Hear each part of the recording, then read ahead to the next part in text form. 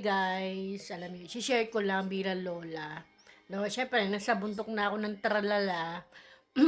Nag-start nung Monday yung pasok ng apo ko. So, last na pasukan nung grade 1 siya, hatid sundo siya kasi nga konti lang kasi yung bata dun sa lugar namin, dun sa first home.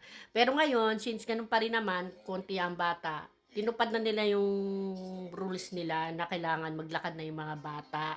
So, ayan yung first day nung aking apo. Na ano ako, natutuwa ako na kasi syempre hindi naman talaga siya sanay maglakad. Pero ano siya guys yung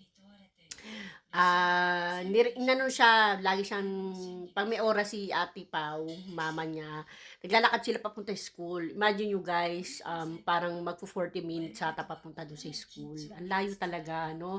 Kasi dito sa Japan ganun eh, kahit malayo, talaga naglalakad ng mga bata, no? Kumbaga para sa healthy nila yan kasi ganun talaga rules ng Japan, no? Tapos kanina yan din, no? Dalawa lang sila magkasabay lagi. So, yun. Bukas malalaman ko, bukas kasi pupunta ako ng first home. So, doon ako matutulog. So, 9, ako maghahatid sa apo ko. Susundan ko lang siya kasi wala silang kasama matanda eh.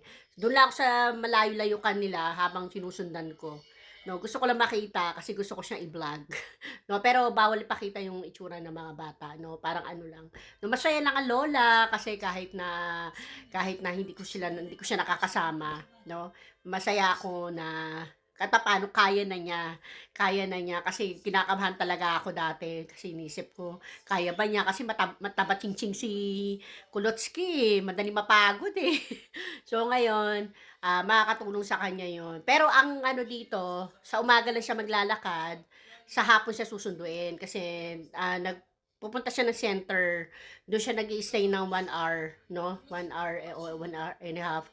Susunduin siya ng biyanan ko kahit sino doon, yung biyanan ko lalaki o babae. No? Pagka sa umaga, dalawa sila magkasabay. Tapos along na dun sa ano, may makasabay na sila kasi depende nga sa lugar ng mga bata kung saan nakatira.